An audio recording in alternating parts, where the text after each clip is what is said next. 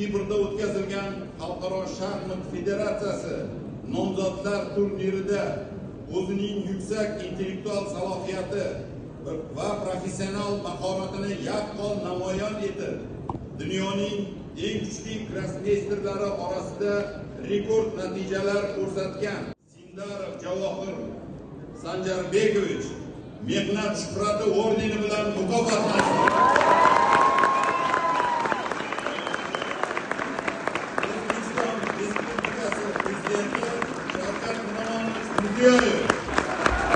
Endi agar ruxsat bersanglar, shu tadbirimizni xotishlikda yakunlab, Javohirni ordenni olgani hurmatli prezidentimiz oldilariga qo'yib yuborsak.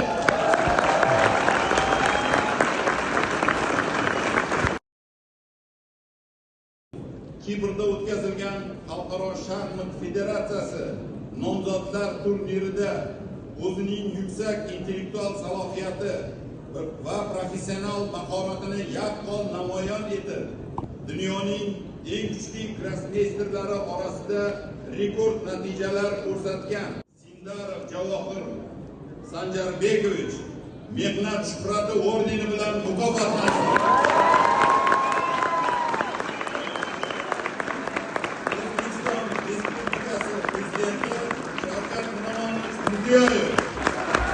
Endi agar ruxsat bersanglar, shu